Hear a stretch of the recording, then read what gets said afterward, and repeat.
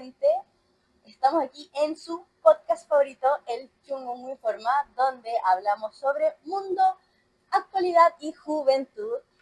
Me presento, soy su anfitriona, Dominique, y el día de hoy me encuentro con dos compañeros, Benjamín Martínez y Giovanni Rodríguez, ambos estudiantes de pedagogía, así que están en su casa, preséntense.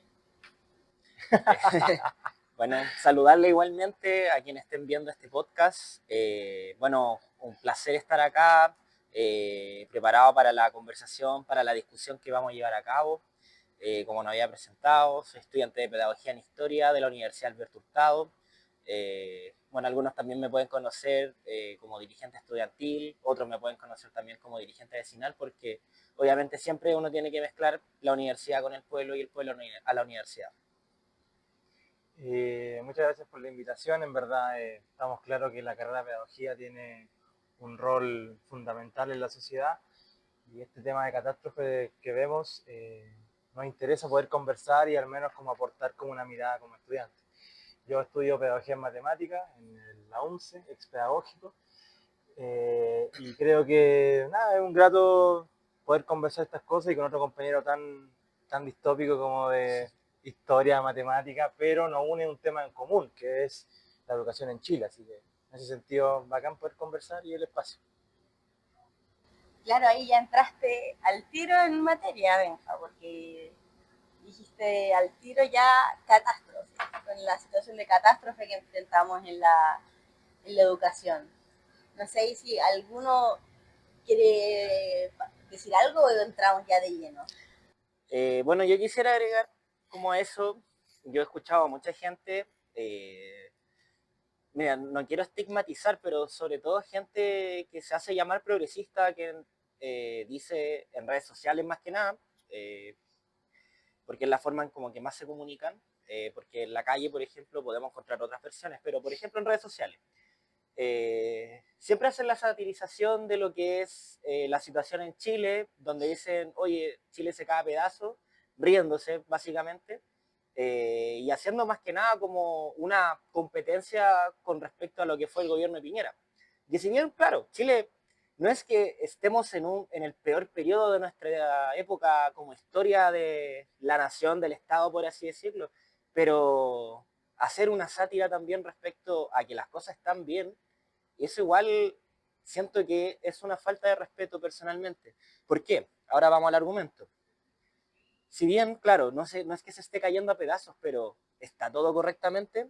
No sé si ustedes pueden ver la situación que está en el Gualmapu hoy en día.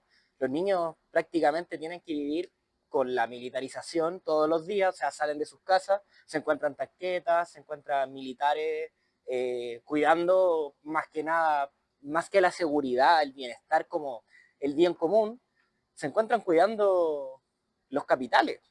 Son las forestales, son las empresas privadas, que en verdad esa es la función que cumple la militarización, porque en el sur hay una demanda que es justamente un poder de autodeterminación, o sea, más democracia, siendo que justamente lo que quiere el progresismo es democracia, pero hoy en día no estamos quizás siendo tan democráticos como sociedad también, porque hemos dejado muy de lado ese tema. Entonces, ¿qué pasa con la educación de esos niños?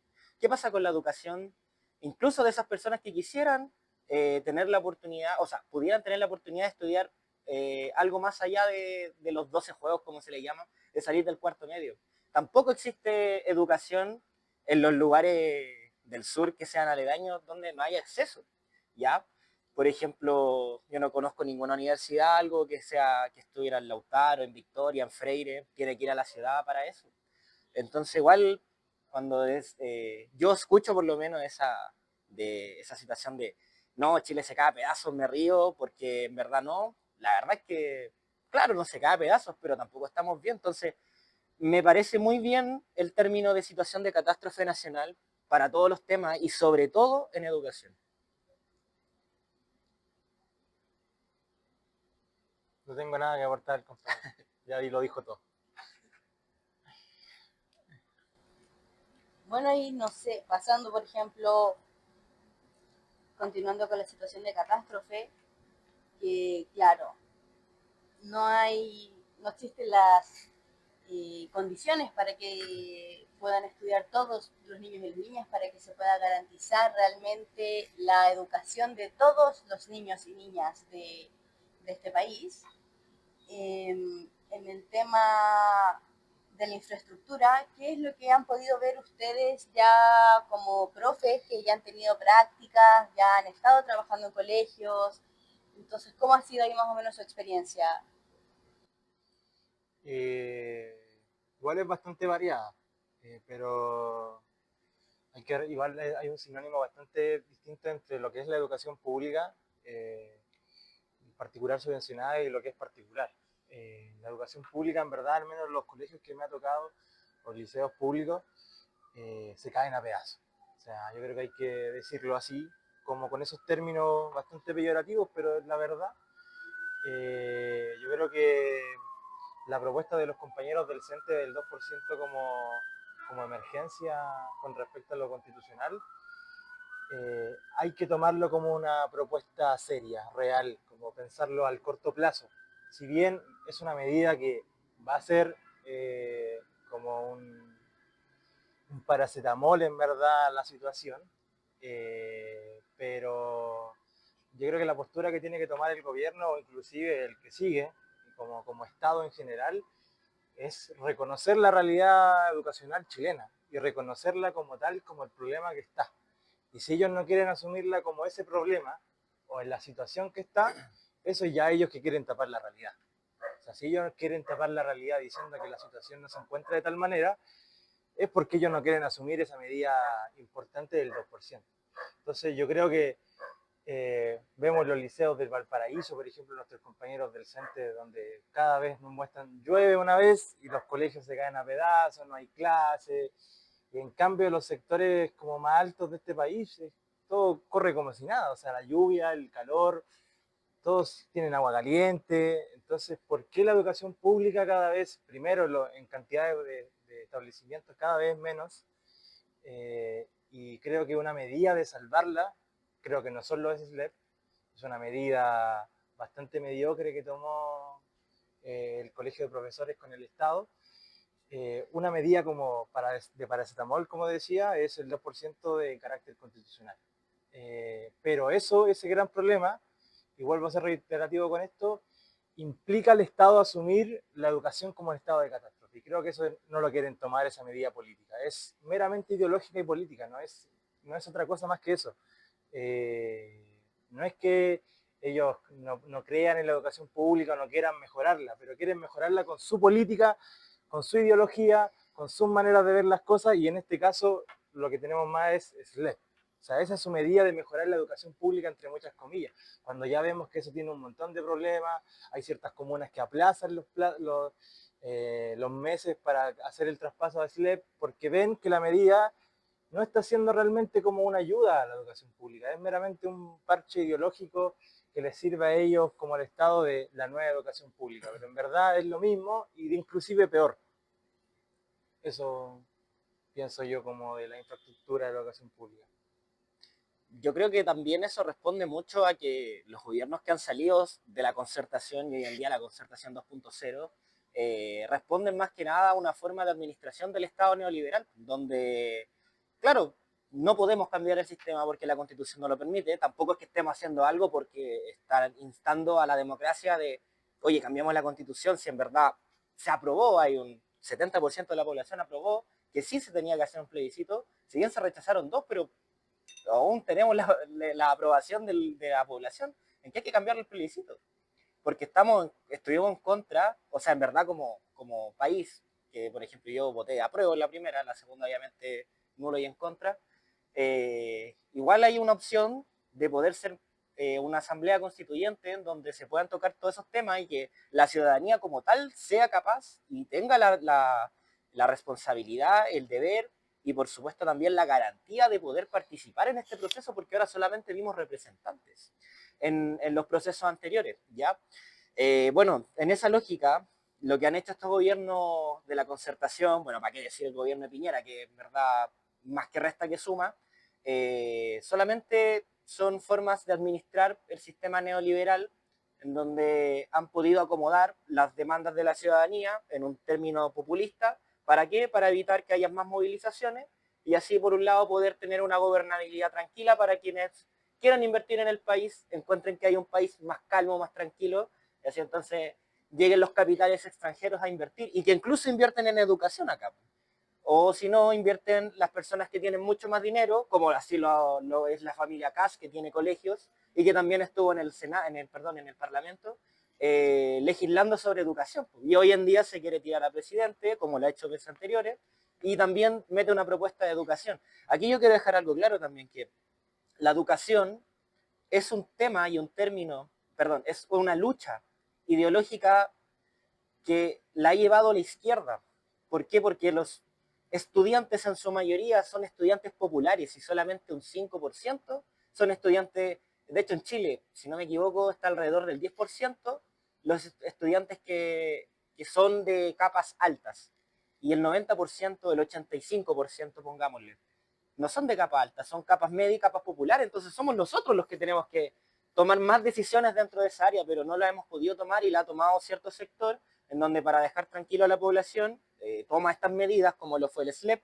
Yo tuve la oportunidad igual de trabajar voluntariamente en colegios como en Maipú, el Liceo Tecnológico Enrique Kirber, y también en colegios que son más bien de carácter pobre, uno que queda en Rinconada, que se llama San Sebastián de Rinconada, en donde no tenían los mismos beneficios, siendo que pertenecían al mismo SLEP Santa Corina.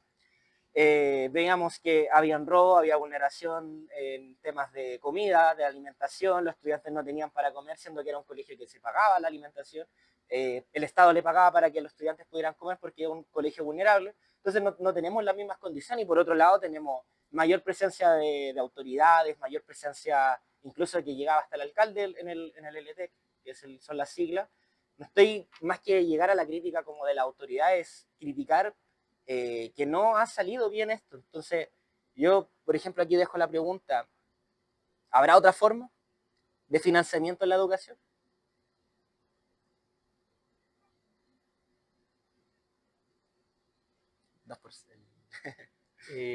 Obvio que sí, compañero. Yo creo que el 2% es una medida que no nos satisface, en verdad, como Juventud Rebelde. Hay que decirlo como tal. Si bien tomamos como esta medida paracetamol, pero en verdad el financiamiento tiene que cambiar drásticamente. Y la solución que nosotros queremos es un financiamiento basal y estratégico para los docentes. O sea, los docentes no pueden hacerse cargo de las municipalidades y el financiamiento de la educación no puede depender de las municipalidades y de la libre elección que tienen en la Constitución. Entonces, si bien nosotros criticamos la infraestructura y la tomamos como una medida urgente y una vulneración de derechos de los estudiantes, de los jóvenes, pero el 2% no es la salida real, en verdad. Siempre va a ser a medida a corto plazo. Y la pelea que nos interesa a nosotros y la propuesta siempre tiene que ser a largo plazo también. Pero, como vemos la situación y analizamos la situación, el diagnóstico que tenemos, el 2% es una medida que nos permite salir del paso por momento. Pero luego, con los estudiantes y con los profesores, tenemos que discutir un nuevo financiamiento, si no la cosa va a seguir igual. O sea, se va a replicar el mismo sistema de financiamiento, la libre elección de la Constitución, la subvención a sectores privados que se llenan los bolsillos, dueños de colegios que ni siquiera viven en Chile. O sea, ¿por qué el Fondo Monetario Internacional y el Banco Mundial se interesan tanto por la educación en Chile, que vienen a hacer congreso de la educación en Chile? O sea, algo de negocio hay ahí. O sea, no vienen porque creen en la paz del mundo tampoco, o porque creen en los jóvenes chilenos que van a ser potencias mundiales como los países desarrollados.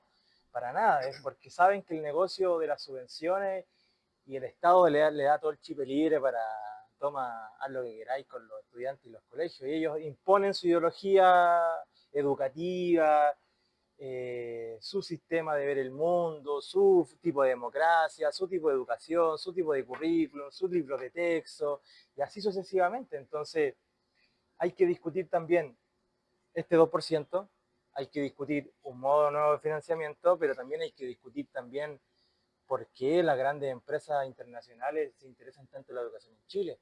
O sea, por qué el rol del Estado ha sido abandonado y se las deja a grandes empresas que sabemos que tienen grandes intereses. Entonces, ese financiamiento y esa discusión hay que darla, yo creo que de suma importancia, y los sectores educativos y inclusive los docentes, que no sé si están tan preocupados de esto, ojalá que sí, el colegio de profesores, pero hay que dar esa pelea ideológica y es política, es solamente política, si ellos no quieren dar esa pelea porque saben que tienen derechos, intereses involucrados. Entonces hay que discutir un nuevo financiamiento y para mí es el financiamiento basal y estratégico. Que bueno, igual que lo nombraste, bueno, justamente eso es lo que quería como llegar con la pregunta. Esa es la propuesta que hoy en día en verdad no se habla mucho. De hecho, hemos tratado de agitar el financiamiento basal y estratégico, pero no hemos visto tampoco otros sectores que hayan apoyado esta medida. Hoy en día, de hecho, en los debates presidenciales que hemos visto, ninguno de los candidatos ha mencionado el financiamiento basal y estratégico. Entonces, también no tenemos representantes que nos puedan apoyar en esas luchas y al final quienes tienen que llevar esas luchas es el pueblo organizado, que igual es un término cliché hoy en día considerando la situación cada vez más neoliberal de la sociedad, pero es el pueblo organizado, el pueblo articulado y sobre todo quiénes son los trabajadores de la educación, quienes tendrían que llevar a cabo esos temas. Yo de hecho saludo por ejemplo al CNT, sobre todo el de Valpo, el SUTE de Valpo, que ha llevado esta lucha también del 2% y que, como dice el compañero acá, es un parche, es un paracetamol, pero hoy día vemos que la infraestructura en los colegios se cae, vemos que no tienen ventanas cuando hace frío en el invierno, ya pasamos el invierno, ya pasaron las lluvias, pero entonces dejamos un año entero a estudiantes que pasaran frío y que no son condiciones óptimas de estudio. Y uno igual entiende, por ejemplo, el discurso de, bueno, pero uno tiene que estudiar igual, no importa las condiciones que sea así en la vida de dura. Pero ¿por qué tiene que ser así? ¿Por qué tiene que ser así para la mayoría y para unos pocos no? Y no es que nosotros estamos pidiendo que sea todo gratis, pero es que nada es gratis en verdad. Todo lo pagamos, todos pagamos impuestos. Al comprar algo estamos pagando impuestos. Entonces, nada de lo que uno dice, quiero, como este lema de la educación gratuita, no es gratuita. No, la educación pública no es gratuita. De hecho, la educación pública es una educación estatal y no es gratuita porque la pagamos a través de los impuestos. Entonces, por eso nosotros también tenemos este lema de educación estatal de excelencia, no de calidad porque no es un negocio, sino que tiene que ser de excelencia y por tanto tiene que ser digna. Para cumplir esas condiciones, o sea, va a ser digna cuando se cumplan estas condiciones. Entonces, No puedo estar más de acuerdo con para las personas que nos están escuchando así, en muy breves palabras, ¿cómo definirían un modelo de financiamiento estatal y estratégico, más al estratégico? Yo creo que la pregunta, el eslogan del nuevo financiamiento estratégico, porque tiene que responder a las necesidades educativas que tengan en cada centro educativo. O sea, yo creo que hay que dar la posibilidad y el Estado tiene que dar esa libertad a los centros educativos en también definir su propio programa, si quiere tenerlo, y financiarlo. O sea, el financiamiento estratégico tiene que ver un poco con eso, atender a las necesidades urgentes que tenga un centro particular. Por ejemplo, un colegio en Valpo se está cayendo a pedazos, pero en cambio los alrededores de los colegios en Valpo no necesitan tanto financiamiento como ese colegio en ese caso. Entonces, por eso es estratégico, porque tiene que responder a las necesidades que tenga ese centro educativo en ese momento particular. Y si luego se arreglan ciertas condiciones y se da un financiamiento correcto, si luego quiere plantear otro proyecto, otro tipo de programa y tiene que recibir mayor financiamiento, que el Estado tiene que responder a la estrategia que toma el colegio como comuna, como centro, como población. Si dentro de un radio de una cantidad de colegios, si ese colegio quiere tomar un proyecto educativo en comunitario y necesita ese tipo de financiamiento, planteárselo al Estado y que el Estado financie ese tipo de cosas que vayan en pos de una educación más comunitaria también. Por eso se habla como de basal y estratégico, como que atenda a las necesidades de acuerdo a las necesidades educativas que tengan en centros educativos de manera particular. Súper, compañero, queda clarísimo. Gracias. Creo que me enredé un poco, pero No. Sí. Creo que traté de hacerlo lo más corto posible, pero no sé si se pudo. Volviendo un poco también a algo que mencionaba Giovanni sobre las condiciones que tienen los estudiantes ahora dentro de los colegios, Algo que se ha notado y se ha discutido mucho desde las vueltas presenciales a clases después de la pandemia, ha sido como cómo han crecido los niveles de violencia dentro de las escuelas. Y no vamos a decir que antes no existían casos de bullying, no existían casos de violencia, eh, de alumnos profesores, de profesores alumnos, porque siempre han existido. Pero sí estamos viendo un alza en estos casos de violencia, con casos graves, y también que se está viendo muy afectada la salud mental de los niños y jóvenes. No sé si alguno de ustedes ha tenido experiencia con aquello. Eh, Lamentablemente sí. Creo que no sabría dar la cifra exacta porque en verdad no la tengo. Creo que, pero las cifras de violencia yo creo que en los estudiantes también va muy relacionada con la drogadicción que tiene eh, los estudiantes de manera particular.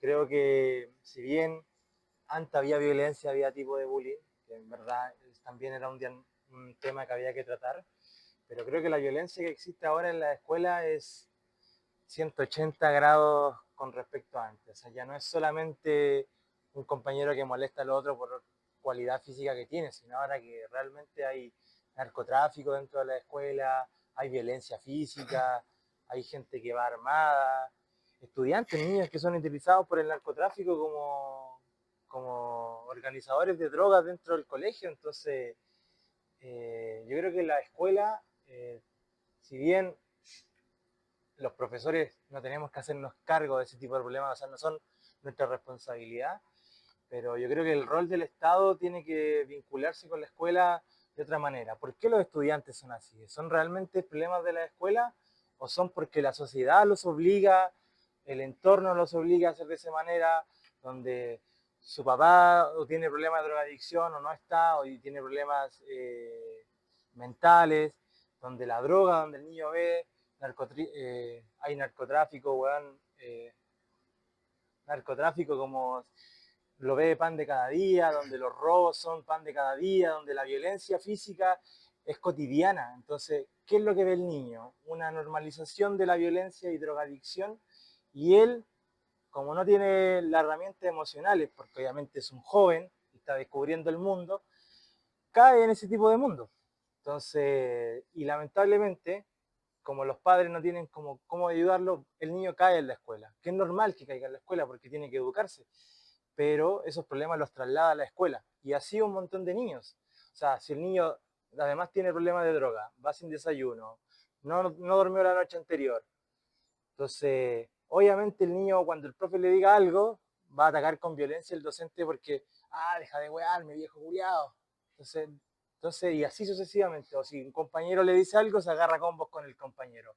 Entonces, yo creo que el rol del Estado no solamente tiene que ser mejorar las condiciones, sino mejorar las condiciones de vida del estudiante y de la familia en general. Y eso yo creo que no solamente es un planteamiento que nosotros tenemos que hacer como docentes, sino es cambiar el sistema económico que nos compete actual. No es solamente una tarea que tengamos nosotros como docentes, sino las tareas que tengan los sociólogos, otra vez, para hacer otra cosa.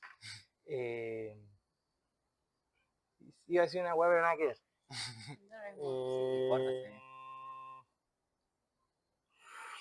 Es una tarea que en verdad tiene la sociedad civil hacerse cargo, no solamente el Estado. Mejorar las condiciones de vida. ¿Por qué los casos de violencia casi siempre son en sectores más pobres? Hay un fenómeno que explica eso, ¿no? Es la desigualdad, es la pobreza, es la rabia contra el mundo que tienen esos jóvenes, y esa rabia, lamentablemente, casi siempre está expresada con consumo de drogas. O sea, hay que atender también al consumo problemático que tienen los jóvenes de drogas, y ya no es solamente droga entre cigarrito y copete, sino drogas duras, en verdad, donde alteran realmente el funcionamiento mental del niño, químicamente hablando, y la violencia que tiene ese niño, la rabia que tiene contra el mundo, la expresa dentro de la escuela. Entonces, el rol de la escuela, si bien es fundamental con el sentido comunitario, donde también tienen que hacerse cargo de esos estudiantes, con psicólogos, con trabajadores sociales, y así sucesivamente, y que eso tenga financiamiento del Estado, pero hay que preguntarse también qué es lo que pasa fuera de la escuela. O sea, eso también es responsabilidad del Estado y eso también escapa a la sociedad civil hacerse cargo de esos problemas. Y lamentablemente el caso es la desigualdad en tipo de violencia. O sea, las comunas más pobres siempre son los casos de violencia donde un profesor se agarró con un alumno, hubo cuchillazo, una muerte, un balazo y así sucesivamente. ¿Por qué no pasa en los sectores más altos? ¿Qué tipo de desigualdad estamos atendiendo ahí? Y eso yo creo que también es una responsabilidad de la escuela, pero también es una responsabilidad totalmente del Estado. Yo quisiera agregar respecto a ese punto, hoy en día existe la dicotomía sobre quién tiene que elegir la educación de los hijos, de las hijas, de los niños, niñas, y está dentro de esta palestra la familia debe elegir o la escuela o el Estado tiene que estar más presente. Se hizo bien conocida esta dicotomía, digamos, porque desde la derecha se ha tratado de instalar este sistema o bien como esta idea más que sistema, de libertad, en donde elegir la educación de tu hijo es sinónimo de libertad, de Estados Unidos, dinero, progresismo y toda la cosa. Bueno, sabemos que no es así, porque hoy en día las familias eligen dónde poner a su hijo. Eh, con un sistema que igual ha sido un poco complicado para, no sé, nuestras generaciones de entenderlo. En verdad, nadie nos explicó cómo iba a cambiar esta tómbola pasándola a un sistema que en sí el sistema no está mal la idea, pero creo que está mal implementado. Igual quedaron muchos estudiantes fuera del sistema educacional por fallas dentro de este mismo método para acceder a la educación. Sin embargo, la idea no es mala, pero ahora a la idea principal dentro de esta dicotomía, si nosotros en este país tenemos grandes cantidades de delitos, por así decirlo, narcotráfico, microtráfico, que en su mayoría robos, asaltos, portonazos, ¿verdad? Todo el espectro que tiene que ver con el tema de la seguridad que le llama lo que lo están llamando hoy en día en el gobierno, en la derecha, que en verdad responde a problemáticas sociales que tienen que ver justamente con lo que mencionaba el compañero.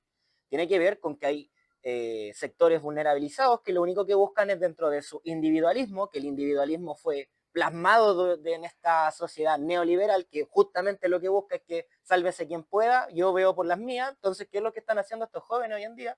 Vérsela por las de ellos. Yo no pienso en el otro, no me interesa, ¿no? Eso es de comunista. No, pues ¿por qué yo tengo que preocuparme de mi prójimo? ¿No? Porque yo tengo que vérmelas por las mías. Entonces, si yo le robo al de al lado, da lo mismo, porque el sistema me forja para que yo tenga que ser individual y tengo que competir con el otro porque el otro me va a ganar a mí y solamente va a ganar uno esta carrera, entonces se la tengo que ganar al otro. Entonces, cuando volviendo a esta dicotomía de la familia, de que hay que elegir la educación de nuestros hijos y la cosa, entonces forjamos este sistema en donde la delincuencia brotó porque el contexto así lo ameritó. Entonces, que el Estado tiene que estar más presente, pero por supuesto que tiene que estar más presente. ¿Por qué? Porque tiene que combatir justamente la delincuencia y la delincuencia no se va a combatir tampoco con amor ni cosas así como dicen algunos candidatos, pero sí se tiene que combatir con derechos garantizados, sí se tiene que combatir justamente con programas sociales, que son los que quiere quitar Kast, de hecho, se tiene que combatir con intervención estatal en donde hay familias en donde ellos dicen, no, yo elijo dónde mis hijos van a estudiar, pero pasa que la madre es drogadicta y el padre no está presente. ¿Cómo lo hacemos? ¿Cómo va a elegir esa familia si prácticamente no hay nadie pensando? ¿Y qué pasa con los niños? Hoy en día la familia chilena se configura básicamente 2, 3 hijos y una madre soltera y que el padre hoy en día ya no está presente. ¿Cómo podemos hacer que las familias elijan entonces los colegios o la educación de sus hijos si no tenemos las condiciones para que esas familias puedan escoger? Porque la familia ya ni siquiera está razonando. Entonces, la intervención estatal, y aquí uno cuando dice, no, es que ustedes los comunistas quieren solamente más Estado, no se trata de que haya más Estado porque sí, para agrandar puestos, ni para dar más dinero en sueldo, ni nada de eso. Se trata porque es un bien que necesita la sociedad, que el Estado esté más presente justamente para eso y que deje de estar presente en otras cosas, por ejemplo. Por ejemplo, que deje de estar presente en tanto lobby, ¿no? Como lo hemos visto con este gobierno, pero sí que se ponga presente en los temas que de verdad importan en la ciudadanía. Cuando hablamos de la seguridad y de que los niños están violentos, que eso es una realidad total. O sea, ya los niños antes sí se peleaban a combos, después se pelearon a navajazos y hoy en día hay balaceras afuera de los establecimientos. Y los profesores, lamentablemente, son la primera línea frente a ese enfrentamiento que existe, porque son los que están conviviendo en la sala con esos estudiantes. Y que si uno los ve en verdad y si estuvieran educándose con buenas condiciones, a lo mejor no serían lo que son hoy en día. Pero la violencia hoy en día en esta sociedad es tan abundante que es el contexto que los forja. Si hoy en día existe tanta delincuencia justamente por eso, entonces necesitamos que el Estado se haga cargo de esos temas, que se haga cargo hoy en día de las demandas que están diciendo todos los profesores, que están exigiendo, para que se pueda solucionar el tema de la violencia en el aula de clase, pero no se dan las herramientas necesarias. Y lamentablemente el profesor no tiene tantas herramientas dentro del aula, si ni siquiera tenemos data en algunos colegios para poder hacer clases. Los pizarrones están mal. Oye, hace poco las salas del Instituto Nacional se estaban lloviendo porque había una filtración en los baños. Entonces, y después estamos exigiendo que los estudiantes cumplan con el uniforme. Pero no están las infraestructuras necesarias para poder cederle a los estudiantes de la educación pública un colegio digno, una escuela digna, para poder estudiar. Entonces, ¿de qué manera vamos a pedir que no existan las condiciones que forjan a los estudiantes a que se conviertan en futuros delincuentes o futuros narcotraficantes? Si hoy en día el referente principal que tienen es el narcotraficante que está en la esquina, porque en las poblaciones donde nos hacinaron después de la dictadura, donde vivimos la mayoría de las clases populares, vemos que está lleno de narcotraficantes en la esquina y que cada noche se tiran balaceras por quién se queda con el territorio. ¿Y dónde está la intervención del Estado en esa situación? Y por eso es que después llegan a clase con una violencia, entonces el compañero lo mira y que mira, peleemos. Obviamente vamos a forjar esto porque eso es lo que forjó la sociedad neoliberal. Y para eso, y con esto ya finalizo, es necesario un cambio estructural para que también pueda cambiar el sistema económico de este país. Y no se trata de que todo sea en base al Estado, pero sí que se distribuya mejor la riqueza, sí que los colegios tengan mejores condiciones. Ahora que se apruebe el 2% constitucional para poder solucionar los temas urgentes de infraestructura, como por ejemplo las filtraciones de baño que se hicieron en el Instituto Nacional, o lo que está pasando en Valparaíso, o como lo están pasando en otros colegios, donde incluso hay colegios que están en zonas de sacrificio, como lo es la comuna de Maipú. Pero para eso necesitamos un cambio constitucional. No hay otra forma. Porque bien como venían diciendo, el financiamiento basal y estratégico hoy en día sería inconstitucional. Y por eso necesitamos tener que cambiar esto. Porque tenemos que pasar, tenemos que avanzar, tenemos que mirar hacia adelante. A pasar a una nueva etapa de Chile. En un Chile del siglo XXI y no del siglo pasado. Como se han quedado muchos peleando la centroizquierda con la derecha. Tenemos que mirar hacia el futuro. Por eso optamos por esta opción de una asamblea constituyente en temas de financiamiento, pasar a un financiamiento basal y estratégico y acabar con todas estas problemáticas que hoy en día estamos discutiendo. Y ahí, claro, incluimos que en el tema de la seguridad la vemos no solo como la seguridad en términos de acabar con la delincuencia, sino que los niños y niñas de este país necesitan seguridad alimentaria, necesitan seguridad en términos de saber que también en sus hogares van a vivir vidas sin violencia, sabiendo que van a tener un lugar donde vivir, sabiendo que si se enferman se van a poder atender, que sus papás, sus mamás, sus abuelos van a poder tener pensiones que les permitan mantener una vida digna. Todas estas son problemáticas que nosotros los miramos desde la seguridad también y que no es lo que se plantea cuando hoy, por ejemplo, los candidatos plantean seguridad, es meramente aumentar las policías, que hemos visto claramente que no funciona y que al final solamente ha generado mayor violencia dentro de nuestras escuelas para los niños, niñas y adolescentes. ¿Por qué cuando se habla de seguridad no se habla de que las escuelas puedan tener un proyecto educativo donde tengan cantidad de talleres deportivos, artísticos, culturales, para abierto a la comunidad? Entonces, si los niños se quieren recrear después de la escuela y no estén en las calles, tengan donde recrearse, en verdad, donde tengan la posibilidad, como sus padres no tienen el dinero para acceder a una cantidad de cultura, se las da la escuela. música, teatro, escritura, deporte sobre todo. Entonces, ¿por qué la escuela y no se piensa el proyecto educativo cuando se habla de seguridad, se habla de delincuencia, no se piensa en eso, en esa arista? Que el rol de la escuela como cultura también es importante para sacar a los jóvenes de la droga y también darle un futuro mejor. Entonces, yo creo que siempre se habla de seguridad y la violencia en las escuelas como más represión a los estudiantes, donde revisemos más cosas, pero ¿por qué no se habla en verdad de cambiar esa lógica más punitiva y también abramos que la escuela sea fundamental en una cantidad de cultura donde el niño tenga cómo recrearse y vea un futuro distinto? Si solamente ve droga y no ve deporte, arte, cultura, su vida va a ser eso, toda su vida. En cambio, si se descubre y si descubre un nuevo artista, podemos tener la nueva Gabriela Mistral dentro de un taller de poesía en un centro educativo de La Pintana, por ejemplo. Porque la escuela está jugando un rol fundamental dentro de la seguridad de ese niño. Y la seguridad que le está dando es cultura. Y también ahí el niño o la niña se hace parte de construir su comunidad, construir su escuela. Y eso le genera cierto sentido identitario que también hace que la cuide, que sea un espacio propio donde quiera estar, donde también se involucren las familias, donde la escuela no sea solamente este lugar donde voy a las 8 de la mañana, me voy a las 4 y hago clases, sino que sea un espacio donde realmente como comunidad nos podamos volver a reunir. Entonces ya para ir cerrando un poco, primero agradecerles a los dos estuvieron brillantes el día de hoy.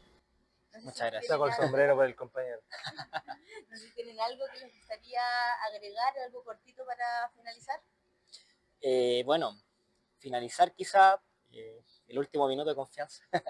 Decirle a la gente que nos está viendo, a los jóvenes principalmente, yo también como parte de la juventud, que es un poblador más común y corriente de la comuna de Maipú, que vive en una población, bueno, decirle que infórmense de lo que está pasando en el país, pero no se queden con eso, sino que critiquen lo que informan, por más que venga de donde venga. Siempre tienen que tener esa parte crítica de su consciente pensando y también creando, por supuesto que creando, para que podamos forjar entre todos y entre todas también una nueva alternativa en la política, una nueva alternativa en lo social. ¿Por qué? Porque es necesario. Hay que combatir la droga desde esa forma, hay que combatir la delincuencia desde esa forma. Entonces, quizás también finalizar con que hoy en día no nos representa ninguno de los candidatos que se está tirando hacia la moneda, porque en verdad o no tienen el movimiento popular suficiente o sus propuestas en verdad se alinean con el imperialismo, con el neoliberalismo. Entonces lo que nos queda es salvarnos solamente nosotros hasta poder construir de verdad una representación que, valga la redundancia, represente a las capas populares de donde venimos el 90% de Chile. Eso. Yo creo que no podemos ser atingentes de la situación que está pasando, en verdad, las votaciones que tenemos. Y de acuerdo a lo que hablamos un poco de nuestra propuesta de educación, y mencionamos un poco que ciertos candidatos no hablan de esos temas, estamos claros que las siguientes elecciones vamos a votar nulo. Yo creo que más allá de que tengamos o no tengamos las fuerzas, porque si lo miramos desde nosotros no tenemos las fuerzas suficientes para hacer un cambio constitucional, pero tampoco a los candidatos les interesa construir esa fuerza para hacer los cambios que se requieren. Y ninguno de los candidatos, desde la materia de educación que nosotros estamos hablando, habla de un nuevo financiamiento o habla de un cambio constitucional. Cuando hablan de seguridad meramente hablan, o cuando hablan de educación hablan solamente de la agenda neoliberal que ellos tienen, que son de durante 30 años, inclusive más, desde 40 y 50 años con Pinochet. Entonces, el nuevo, la educación que ellos hablan son puros paracetamol de agenda neoliberal, entonces financiadas por agendas transnacionales. Entonces, si lo pensamos desde la educación, como docentes, como futuros docentes, estudiantes de pedagogía, ningún candidato nos representa y por eso votamos nulo. Entonces, yo creo que como mi llamado al cierre es a todos los estudiantes de pedagogía, le hablo de manera personal, a organizarse. Yo creo que el futuro de la educación no solamente depende en el aula, sino también lo que pasa fuera del aula. Hay que discutir políticamente, inclusive los centros educativos nos ofrecen este sistema neoliberal donde tengan los libros de textos que son organizados por las agendas transnacionales a crear nuestro propio sistema de currículum nacional, inclusive latinoamericano, con una política crítica, descolonizadora y a buscar nuestro propio financiamiento de la educación. Y si queremos después mirar a los continentes de los compañeros, qué pasa en los otros países, cómo se financia la educación y cómo son los currículums, podemos optar a una mirada más latinoamericana de la educación. Siento que los candidatos que están ahora no nos ofrecen esa mirada, nos ofrecen la mirada del norte. Esa mirada nos ofrece, no un cambio real. Por eso votamos nulo en la elección. Claro. Bueno, porque sabemos que no están las garantías democráticas, nunca la han estado y nos siguen ofreciendo una y otra vez el mal menor. En estas elecciones de noviembre votamos nulo y los seguimos invitando a que continúen sintonizando con nosotros en El Chungungo Informa a través de Rebeldes del Camino. Yo soy aquí su presentadora Domi y me despido. Oficial. Nos estamos viendo pronto. Chao. Trabajadores al poder,